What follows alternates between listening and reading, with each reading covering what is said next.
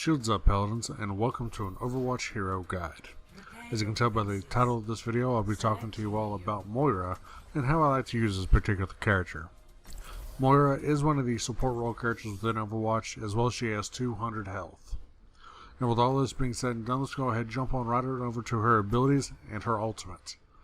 The first ability that I'm going to talk about is her actually primary fire that she has, which is called Biotic Grasp. The aim type would be Beam. Now the description is, using her left hand, Moira expends biotic energy to heal allies in front of her. So the healing is 65 per second, then lingers to heal 65 over 4 seconds. Max range is 15 meters. Ammo is 180 biotic energy. Ammo usage is 20 energy per second. Casting time is 0.1 seconds. Duration is 4 seconds, then the remainder. And of course you cannot receive headshots with this particular weapon. Now this also passes through allies and enemies, but not enemy barriers. Like projectile, there is a travel time for the spray to reach its destination. The collision against map geometry and enemy barriers is pinpoint, kind of like Reinhardt's Fire Strike. This also causes a heal over time effect to begin upon the last application of spray being healed. This allows Moira to heal without expending resources. Now she also regenerates 4.32 biotic energy per second while inactive, and she also needs at least 8 biotic energy to activate.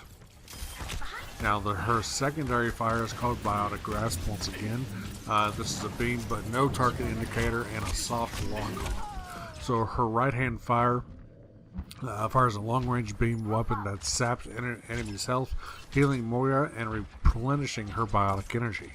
So the damage is 50 per second, healing is 20 per second just for herself. Max range is 20 meters, ammo is unlimited, and of course there is no headshots for this weapon. So light target line inside the enemy center of mass is required to initiate and maintain the attack. Like Beam, Biotic Grasp is unaffected by deflect, defense matrix, and kinetic grasp. Self-healing and damage are completely separate. Altering the damage does not affect the self-healing. And she also generates 18.75 biotic energy per second. When combined with the passive regeneration, this becomes 23.07 biotic energy per second. Now her first ability that she actually has is called Biotic Orb. Now this is called, which is again an ability. The description is Moira launches a rebounding biotic sphere that she can choose between a regeneration effect that heals the allies it passes through or a decay effect that deals damage to enemies. So the damage is 50 per second up to 200.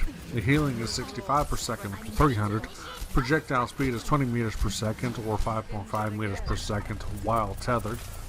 Max range is 4 meters, the damage orb, and 5 meters for the healing orb. Duration is 7 seconds or until depleted. Cooldown is 10 seconds. And of course you cannot receive headshots with the Biotic Orb. Now it does bounce off walls. It also pierces barriers but does not damage the enemy through them. The damage orb does not affect enemy objects, and if amplified, the rate of damage and healing per second is increased, but not the total amount. So you're still going to receive the 200 damage and the 300 healing, but it's going to be, you're going to dish that out quicker, is all. Her next ability is called Fade. Now Moira's movement speed is increased while making her invulnerable to damage. Max or movement speed is plus 250%. Max range is 15 meters. Duration is 0.8 seconds and a cooldown of 6 seconds. So this makes Moira invulnerable and invisible, as she can pick up health packs while in this state. This also cleanses Moira of any stamina or any status or damage effects over time. And this can also be used to escape abilities such as Graviton Surge or Gravitic Flux. And finally, for her ultimate ability, which is called Coalescence. Again, this is another beam type ability. Moira channels a long range beam that heals allies, damages enemies, and bypasses barriers. So the damage is 70 per second, and the healing is 140 per second, 50 per second for yourself. Movement speed is a plus 50% buff. Max range is 30 meters. Casting time is 0.5 seconds. Duration is 8 seconds, and the ultimate cost is 2,380 points. So now, kind of pros and cons with Moira as a whole. She is a support hero that can easily reposition amongst her allies with the immense mobility through the biotic grasp healing, which isn't, even though that the biotic grasp healing isn't a lock-on, nor does it instantly reach the target. So you kind of have to, you kind of have to be like right up on them, or you're kind of positioning yourself. Maybe you're going down a long corridor or something. Go ahead, throw that out there. That'll heal people as we're walking to the next fight. It can also heal multiple allies simultaneously, granting her a higher average healing per second when compared to other support heroes. However, this powerful healing is limited by the resource meter, similar to D.Va's defense matrix. This meter refills very slowly over time, but the biotic grasp altering fire, which is her damage dealer, refills it much faster. Along with healing Moira herself. Fade provides her with a very strong movement tool, which makes her invulnerable, but that also makes her very hard to lock down. Biotic Orb can also be allowed to deal both damage and healing at the same time, and is very powerful in very enclosed spaces where it simply just can't fly past its targets. Now, once you go into your ultimate, which is Coalescence, that can also heal allies and damage enemies, but most importantly, it can also pierce barriers, unlike a lot of the other abilities that she has, like with her Biotic Grasp. Or her Biotic Aura, I'm sorry. That it does, that will hurt the barrier, but it won't hurt the actual player, where her ultimate will. It will hurt the barrier plus the player. Preventing enemy attacks for blocking her ultimate with various shields. Her ultimate fire gives her amazing sustain, particularly in a lot of 1v1 fights, and her fade gives her excellent escape, greatly aiding her survivability against enemy flankers, though she remains weak to large bursts of damage, such as snipers or jump grenades.